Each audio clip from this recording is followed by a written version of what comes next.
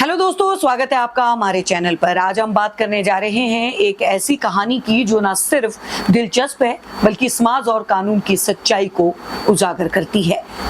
राजस्थान के वारा जिले के अंता कस्बे में एक चाय की दुकान इन दिनों चर्चा का विषय बनी हुई है।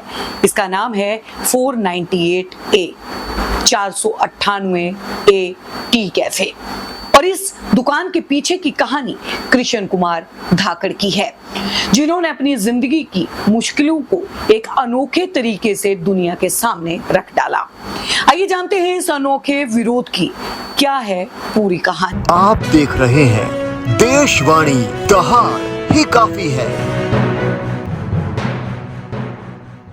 कृष्ण कुमार धाकड़, जिन्हें लोग प्यार से के भी कहते हैं, मध्य प्रदेश के नीमच जिले के अठाना गांव के रहने वाले हैं। कभी वो यूपीएससी की तैयारी कर रहे थे, देश की सेवा करने का सपना देख रहे थे। इसके साथ साथ वो एक सफल मधुमक्खी पालन का व्यवसाय भी चला रहे थे।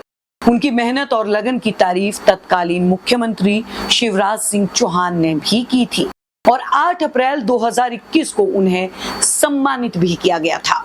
लेकिन साल 2022 में उनकी जिंदगी में एक ऐसा तूफान आया जिसने सब कुछ बदल दिया। उनकी पत्नी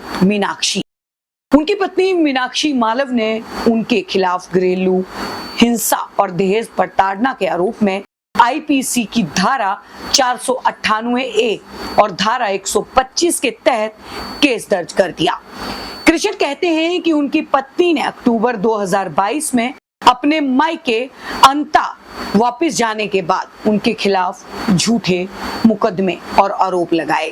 इन मुकदमों ने उनकी जिंदगी को पूरी तरह से बर्बाद कर दिया।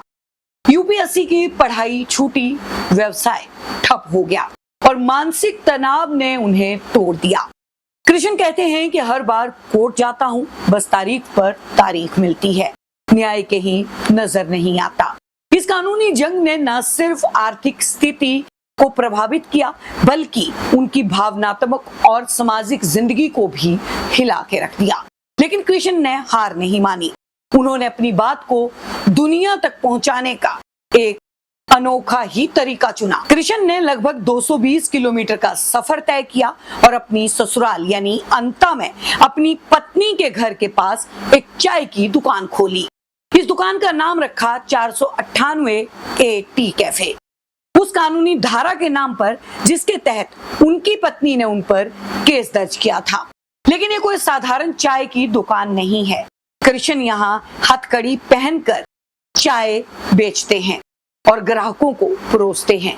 दुकान को शादी की माला और सेहरे से सजाया गया है जो उनके टूटे हुए रिश्ते और कानूनी लड़ाई की कहानी बयां करता है।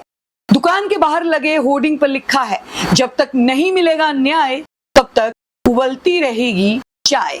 ये नारा न सिर्फ उनकी पीड़ा को दर्शाता है दोस्तों, बल्कि समाज में फैली एक गंभीर समस्या की ओर भी इशारा करता है। कृष्ण का कहना है कि उनका मकसद सिर्फ अपनी कहानी बताना नहीं बल्कि उन तमाम पुरुषों की आवाज बनना है जो उनके जैसे झूठे केस में फंसकर अपनी जिंदगी खो रहे हैं। धारा 498A जो मूल रूप से महिलाओं को दहेज उत्पीड़न और घरेलू हिंसा से बचाने के लिए बनाई गई थी। कई बार इसका दुरुपयोग होता है। दिल्ली हाईकोर्ट ने हाल ही में इस कानून के दुरुपयोग पर चिंता जताते हुए कहा था कि यह पति और उसके परिवार को परेशान करने का हथियार बन गया है।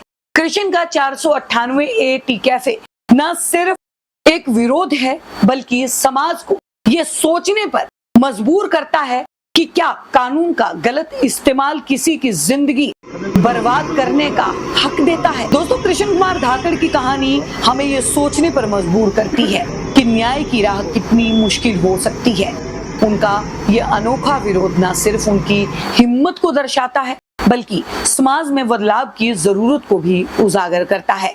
आप इस कहानी के बारे में क्या सोचते हैं? क्या आपको भी लगता है कि धारा 498A का दुरुपयोग एक गंभीर समस्या है? नीचे कमेंट सेक्शन में जरूर अपनी राय रखिएगा। अगर आपको ये वीडियो पसंद आया हो तो लाइक करें, शेयर करें, हमारे चैनल को सब्सक्राइब करना ना भूलें। हम फिर मिलेंगे एक नई कहानी के साथ।